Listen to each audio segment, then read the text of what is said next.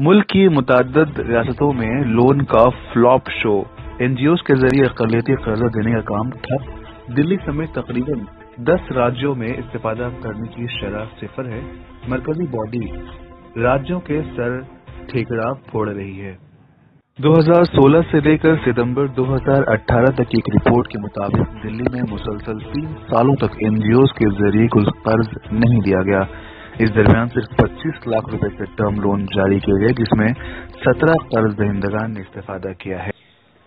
Minorities में बिलखुसूस Muslims में आप जानते हैं कि सरकारी एम्प्लॉई ना के बराबर हैं, इसलिए चाहते हुए भी मुस्लिम समाज ये लोन हासिल नहीं कर पाता। Delhi state financial development corporation, जिसे हम DSFDC के नाम से जानते हैं, जो दिल्ली सरकार के अधीन आता है, कांग्रेस के दौर में भी ये शर्त लाजिम थी।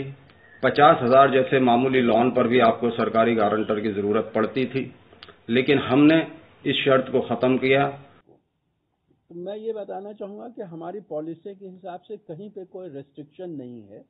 जो हम लोग एलोकेशन करते हैं, एनुअल एलोकेशन, तो एलोकेशन करने से पहले हम लोग प्रपोजल मांगते हैं अपने स्टेट चैनलाइजिंग एजेंसी से कि किस स्कीम के तहत उनको कितने पैसे की ज़रूरत है और कितने बेनिफिशियरी को उसका फ़ायदा पहुँचेगा।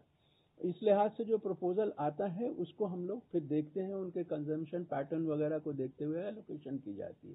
तो कहीं पे ऐसा कोई बार नहीं है कि माइक्रो फाइनेंसिंग के लिए पैसा नहीं दिया जाएगा या एनजीओ कोई बार रहेगा, ऐसा कुछ नहीं है। पॉलिसी बहुत क्लियर है